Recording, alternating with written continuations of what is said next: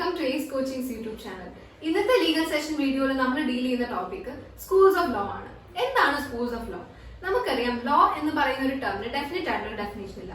അതുകൊണ്ട് തന്നെ നമ്മൾ എക്സാംസിൽ പലപ്പോഴും എഴുതുന്നത് according to Austin, according to Bentham എന്ന് ഒരു ഓഥറിനെ കുറിച്ചാണ് അല്ലെങ്കിൽ ഒരു ജൂറിസ്റ്റ് പറഞ്ഞത് ഇതാണ് എന്നാണ് നമ്മൾ ലോനെ കുറിച്ച് എഴുതാറുള്ളത്.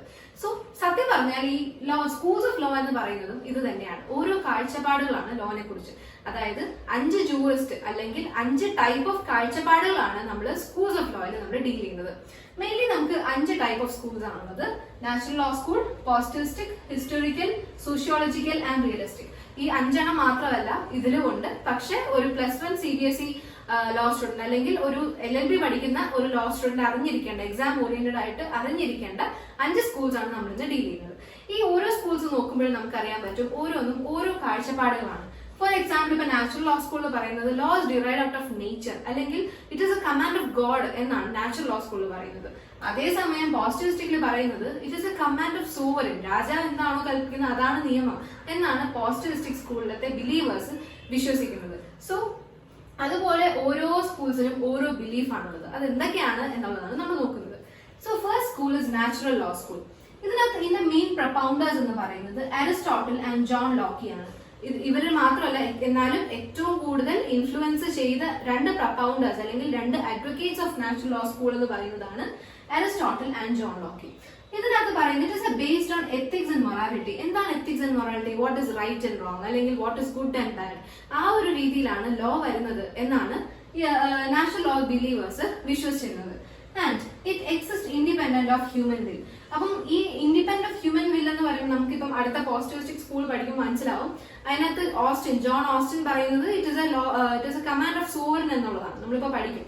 സോ അത് അല്ല, സോവറിൻ എന്ന് പറയുന്ന ആരാണ്? രാജാവാണ്. അതൊരു ഹ്യൂമൻ ആണ്. അപ്പം ഇതിനകത്ത് പറയുന്നത് it exist independent of human will, അതായത് it is not a command of sovereign എന്നാണ് ഇതില് പറയുന്നത്.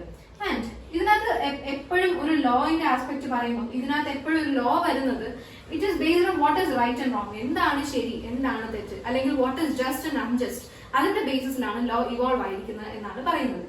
And according to Justinian's digest the standard of what is equitable and good, ഒരു സൊസൈറ്റിയിലെ ഇക്വിറ്റബിളും ഗുഡും ആയിട്ടുള്ള കാര്യം എന്താണോ അതാണ് നിയമം എന്നാണ് ജസ്റ്റീനിയൻസ് ഡൈജസ്റ്റിൽ ഒരു ഡെഫിനിഷൻ അനുസരിച്ച് കൊടുത്തിട്ടുള്ളത്. സോ ഇതാണ് നാച്ചുറൽ ലോ സ്കൂൾ. ഓക്കെ, നമ്മളപ്പോ നാച്ചുറൽ ലോ സ്കൂളാണ് ആദ്യം നോക്കിയത്. ഇനി നമ്മൾ നോക്കുന്നത് പോസിറ്റിവിസ്റ്റിക് സ്കൂളാണ്. അതായത് നമ്മുടെ സെക്കൻഡ് സ്കൂൾ ഓഫ് ലോ ആണ് പോസിറ്റിവിസ്റ്റിക് സ്കൂൾ. ഞാൻ നേരത്തെ പറഞ്ഞായിരുന്നു അല്ലെ, law is a command of sovereign എന്ന് പറഞ്ഞ സ്കൂളാണ് പോസിറ്റിവിസ്റ്റിക്. അതിന്റെ നേരെ ഓപ്പോസിറ്റ് ആണ് നാച്ചുറൽ ലോ സ്കൂൾ പറഞ്ഞത്. അതായത് it exist independent of human will ആണെന്നുള്ളത്. സോ എന്താണ് ഈ പോസിറ്റിവിസ്റ്റിക് സ്കൂൾ? ഇതിന്റെ മെയിൻ 2 പ്രൊപൗണ്ടേഴ്സ് എന്ന് പറയുന്നത് ഓസ്റ്റിനും കെൽസണുമാണ്. ഓക്കെ, സോ അപ്പം നമ്മൾ ഫസ്റ്റ് നാച്ചുറൽ സ്കൂൾ തുടങ്ങുമ്പോഴും അതിന്റെ പ്രൊപൗണ്ടേഴ്സിനെ കുറിച്ചാണ് നമ്മൾ ആദ്യം പറയേണ്ടത്. ആൻഡ് അതേപോലെ when it comes to positivistic ഏറ്റവും ഇമ്പോർട്ടന്റ് ആയിട്ടുള്ള 2 പ്രൊപൗണ്ടേഴ്സിന്റെ പേരാണ് ഓസ്റ്റിൻ ആൻഡ് കെൽസൺ.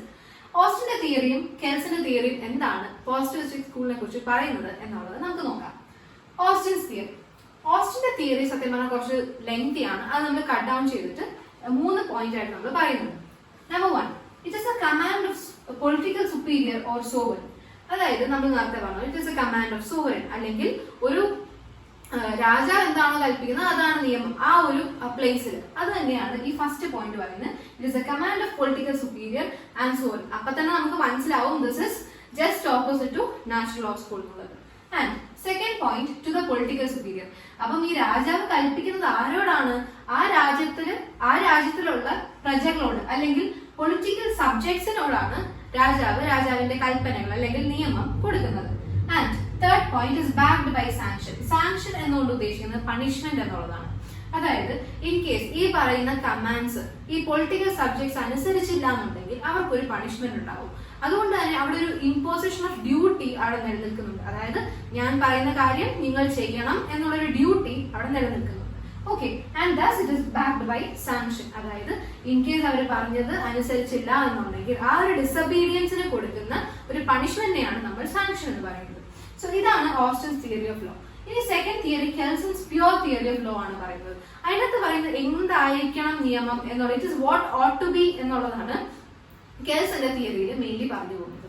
സോ ഈ പോസിറ്റിവിസ്റ്റിക് സ്കൂളിനകത്ത് നമുക്കൊരു ക്രക്സ് പറയുവാണെന്നുണ്ടെങ്കിൽ ഇതിനകത്ത് പറയുന്നത് law is a command of sovereign and not of God, അല്ലെങ്കിൽ it is not something derived out of nature എന്നുള്ളതാണ് പോസിറ്റിവിസ്റ്റിക് സ്കൂളിൽ പറയുന്നത്.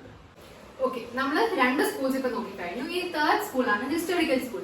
ഇതിന്റെ പേര് പറയുന്ന പോലെ തന്നെ ഹിസ്റ്ററി എന്ന് പറയുമ്പോൾ നമ്മുടെ ലോയിൽ ഏറ്റവും കൂടുതൽ നമുക്ക് റിലേറ്റ് ചെയ്യാൻ പറ്റുന്ന ഒരു കാര്യമാണ് കസ്റ്റംസ് എന്ന് പറയുന്നത്. കസ്റ്റം എന്ന് പറയുന്നത് എന്താണ്? ഒരു ഏജ് ഓൾഡ് പ്രാക്ടീസ് ആണ്. ഒരുപാട് കാലങ്ങളായി ഒരു സൊസൈറ്റിയിലത്തെ ആൾക്കാർ യൂസ് ചെയ്തു വരുന്ന ചില പ്രാക്ടീസസ്, കുറച്ച് ആചാരങ്ങൾ, അതിനെയാണ് നമ്മൾ കസ്റ്റംസ് എന്ന് പറയുന്നത്. സോ ഈ ഹിസ്റ്റോറിക്കൽ സ്കൂളിന്റെ ബിലീവേഴ്സ്, അതായത് 2 പ്രൊപ്പൗണ്ടേഴ്സ് ആണ് നമുക്ക് മെയിൻലി ഉള്ളത്, സാവിഗ്നി ആൻഡ് ഹെൻറി മെയിൻ. ഇതിൽ വിശ്വസിച്ചിരുന്നത് എന്താണ്? ലോ എന്ന് പറയുന്നത് കസ്റ്റമിന്റെ ബേസ് ചെയ്തിട്ടാണ്, അല്ലെങ്കിൽ ഒരുപാട് കാലങ്ങളായി നമ്മൾ പ്രാക്ടീസ് ചെയ്തു വരുന്ന ചില യൂസേജസിന്റെ ബേസിസിലാണ് ലോ എന്ന് പറയുന്ന ഒരു കാര്യം ഒറിജിൻ ആയിട്ടുള്ളത് എന്നുള്ളതാണ്. Okay, so it is based on custom എന്നുള്ള ഒരു ബേസിസ് എന്നാണ് വന്നിട്ടുള്ളത്. And it can be never be made but found എന്നാണ് സാവിഗ്നി പറയുന്നത്. അതായത് ലോ എന്ന് പറയുന്നത് ഒരിക്കലും ഒരു മേക്ക് ചെയ്യാൻ പറ്റുന്ന ഒരു കാര്യമല്ല. അതായത് ഫോർ എക്സാമ്പിൾ ഇപ്പോഴത്തെ നമ്മുടെ ജുഡീഷ്യൽ സിസ്റ്റം അല്ലെങ്കിൽ നമ്മുടെ ഒരു ഡെമോക്രാറ്റിക് സിസ്റ്റം, ലീഗൽ സിസ്റ്റത്തിൽ എങ്ങനെയാണ് ലെജിസ്ലേച്ചർ ആണ് ലോ മേക്ക് ചെയ്യുന്നത്. So it is something made, അല്ലെ? നമ്മൾ ലോ മേക്ക് ചെയ്യുകയാണ് ചെയ്യുന്നത്. പക്ഷെ ഹിസ്റ്റോറിക്കൽ സ്കൂളിൽ എന്താണ് പറയുന്നത്? It is not something that is made but found എന്നാണ്. ഫൗണ്ട് എന്ന് പറയുമ്പോൾ എന്താണ്? ഓൾറെഡി എക്സിസ്റ്റിംഗ് ആയിട്ടുള്ള ഒരു കാര്യമായിരിക്കണം. സോ അങ്ങനെ എക്സിസ്റ്റിംഗ് ആയിട്ടുള്ള ഒരു കാര്യം എന്താണ്? when it comes to law, it is customs. So ഒരുപാട് ആൾക്കാർ അല്ലെങ്കിൽ ഒരു nation as a whole practice ചെയ്യുന്ന കുറച്ച് കാര്യങ്ങളെ നമ്മൾ അതിൽ നിന്നാണ് നമ്മൾ ലോ ഡിറൈവ് ചെയ്യുന്നത് എന്നാണ് ഇതിൽ പറയുന്നത്. And it is A matter of unconscious and organic growth. Custom എന്ന് പറയുന്നത് എങ്ങനെയാണ്? എപ്പോഴും ഒരു അൺകോൺഷ്യസ് ആയിട്ടും ഓർഗാനിക് ആയിട്ടുള്ള ഒരു ഗ്രോത്ത് ആണ്. അല്ലാതെ ആരും ഒരു ഇന്റൻഷനലി ഉണ്ടാക്കി വരുന്ന ഒരു കാര്യമായിരിക്കില്ല, അല്ലെ? ഇപ്പൊ ഇതാണ് നിയമം എന്ന് പറയുന്ന ഉണ്ടാക്കുന്ന ഒരു കാര്യമല്ല. സോ അതുകൊണ്ട് തന്നെ it is A unconscious and organic growth, and it is not universal in nature. എന്താണ് not universal in nature? Because it varies from place to place and people to people. ഇപ്പം കേരളത്തിൽ കൊണ്ടുവരുന്ന ഒരു നിയമം അല്ലെങ്കിൽ നിയമമല്ല ഒരു ആചാരം അത് തന്നെ ആയിരിക്കണം എന്നില്ല കർണാടകത്തിൽ. ഇറ്റ് വിൽ ഡിഫർ, അല്ലെ? ബിക്കോസ് എന്താണ്? വേറെ കൾച്ചറാണ്, വേറെ ആൾക്കാരാണ്, അവിടെ നിലനിൽക്കുന്ന വേറെ സിറ്റുവേഷൻസ് ആണ്, അറ്റ്മോസ്ഫിയർ ആണ്, ലാംഗ്വേജ് വേറെയാണ്.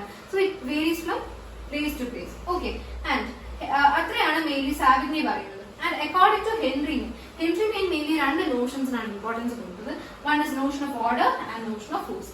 ഇതാണ് മെയിൻലി ഹിസ്റ്റോറിക്കൽ സ്കൂളിനകത്ത് പറയുന്നത്. That is, law is based on custom and it is not made but it is found. Okay, നമ്മളപ്പോ 3 സ്കൂൾസ് നോക്കിക്കഴിഞ്ഞു. ഈ 4th സ്കൂളാണ് സോഷ്യോളജിക്കൽ സ്കൂൾ. അപ്പൊ ഇതിന്റെ പേര് തന്നെ കണ്ടാൽ നമുക്കറിയാം, ഈ പല സ്കൂൾസിന്റെ ആണെങ്കിലും അതിന്റെ ഒരു ഫസ്റ്റ് നെയിമിൽ തന്നെ നമുക്ക് മനസ്സിലാവും അത് എന്ത് റിലേറ്റഡ് ആണ് അല്ലെങ്കിൽ അതിന്റെ മെയിൻ ഒറിജിൻ എവിടെയാണുള്ളത്. സോ സോഷ്യോളജിക്കൽ സ്കൂളിനകത്ത് പറയുന്നത് സൊസൈറ്റി, സോഷ്യൽ എന്ന് പറയുമ്പോൾ നമുക്ക് റിലേറ്റ് ചെയ്യാൻ പറ്റുന്ന ഒരു വാക്കാണ് സൊസൈറ്റി എന്ന് പറയുന്നത്. അപ്പം ഇതിനകത്ത് ലോ എന്ന് പറയുന്ന അല്ലെങ്കിൽ ലോയിന്റെ ഒറിജിൻ എന്ന് പറയുന്നത് സോഷ്യൽ ഫാക്ട്സ് അല്ലെങ്കിൽ സൊസൈറ്റിയൽ ഫാക്ട്സ് ആണ് എന്നാണ് ഈ സോഷ്യോളജിക്കൽ സ്കൂൾ തിങ്കേഴ്സ് വിശ്വസിക്കുന്നത്. ഇതിന്റെ മെയിൻ 2 പ്രൊപ്പൗണ്ടേഴ്സ് എന്ന് പറയുന്നത് Ihering and Roscoe Pounder. It is based on social facts, അതായത് സൊസൈറ്റിയിൽ നിലനിൽക്കുന്ന സോഷ്യൽ ഫാക്ട്സിന്റെ ബേസിസിലാണ് ലോ വരേണ്ടത് എന്നാണ് പറയുന്നത്. പിന്നെ ഇഹറിംഗ് കുറച്ച് പോയിന്റ്സ് പറയുന്നുണ്ട്. അദ്ദേഹത്തിന്റെ ഡെഫിനിഷൻസിൽ പറയുന്നത് എങ്ങനെ ആയിരിക്കണം നിയമം. ഇപ്പം സോഷ്യോളജിക്കൽ സ്കൂളിന്റെ ബിലീഫ് വെച്ച് നോക്കുകയാണെന്നുണ്ടെങ്കിൽ എങ്ങനെ ആയിരിക്കണം ഒരു സൊസൈറ്റിയിലെ നിയമം എന്നുള്ളതാണ് ഇഹറിംഗിന്റെ ഡെഫിനിഷനിൽ പറയുന്നത്. First one, it must maintain social control. ഒരു സോഷ്യൽ കൺട്രോൾ, ഒരു സൊസൈറ്റിനെ ഒരു റൈറ്റും റോങ്ങും അത് തരംതിരിച്ച് പറയുകയും അതേപോലെ തന്നെ ആ ഒരു സൊസൈറ്റിനെ കൺട്രോൾ ചെയ്യാൻ പറ്റുന്ന രീതിയിലായിരിക്കണം, ഒരു പീസ് ആൻഡ് ഓർഡർ മെയിൻറ്റെയിൻ ചെയ്യാൻ പറ്റുന്ന തരത്തിലായിരിക്കണം അവിടുത്തെ ലോ എന്ന് പറയുന്നത്. And it should serve social purpose. ആൾക്കാരുടെ ആവശ്യങ്ങൾ, സൊസൈറ്റിയിലുള്ള ഓരോ മനുഷ്യരുടെ ആവശ്യങ്ങൾ സാറ്റിസ്ഫൈ ചെയ്യാൻ പറ്റുന്ന അല്ലെങ്കിൽ അവരുടെ പർപ്പസ് സെർവ് ചെയ്യുന്ന ഒരു കാര്യമായിരിക്കണം ലോ എന്ന് പറയുന്നത്. And it must be coercive in character. Coercive എന്ന് പറയുമ്പോൾ ഒരു ഫോഴ്സ് അല്ലെങ്കിൽ ഒരു ഈ ഒരു നിയമം ചെയ്തില്ല എന്നുണ്ടെങ്കിൽ അവർക്കൊരു എന്താ പറയുന്നത്, അതൊരു ഫോഴ്സ്ഫുള്ളി ചെയ്യേണ്ട ഒരു കാര്യമാണ്, ഒരു ഡ്യൂട്ടി കൊണ്ടുവന്നിരിക്കണം അവിടെ. അതാണ് കൊയേസീവ് ഇൻ ക്യാരക്ടർ എന്ന് പറയുന്നത്. ഇത് മറ്റൊരു രീതിയിൽ പറയുകയാണെന്നുണ്ടെങ്കിൽ നമ്മൾ ഓൾറെഡി പറഞ്ഞു പോസിറ്റിവിസ്റ്റിക് സ്കൂളിനകത്ത് it is followed by a sanction, അല്ലെങ്കിൽ അതിന്റെ ഒരു ഡിസൊബീഡിയൻസിന് അവിടെ ഒരു പണിഷ്മെന്റ് ഉണ്ടാവും. അതേപോലെ തന്നെയാണ് ഇവിടെ പറയുന്നത് ഇറ്റ് ഇസ് കൊയേസീവ് ഇൻ ക്യാരക്ടർ. അവിടെയും ഒരു ഡ്യൂട്ടി ഇമ്പോസ് ചെയ്യുന്നുണ്ട്. വെരി സെയിം തിങ് ഇവിടെ ഒരു ഡ്യൂട്ടി ഇമ്പോസ് ചെയ്യുന്നുണ്ട്. ഇങ്ങനെ ഒരു ലോ ഉണ്ടെന്നുണ്ടെങ്കിൽ സൊസൈറ്റിയിൽ ഓരോ വ്യക്തിയും അത് ഫോളോ ചെയ്യേണ്ടതാണ്, അത് ചെയ്യണം, അല്ലെങ്കിൽ ഒരു മാൻഡേറ്ററി ആയിട്ടുള്ള ഒരു കാര്യമാണ് ഇവിടെ ലോ എന്ന് പറയുമ്പോൾ. ആൻഡ് ഇതാണ് അഹിയറിംഗിന്റെ 3 ഡയമെൻഷൻസ് അല്ലെങ്കിൽ 3 ആസ്പെക്ട്സ് ഓഫ് ലോ എന്ന് പറയുന്നത്.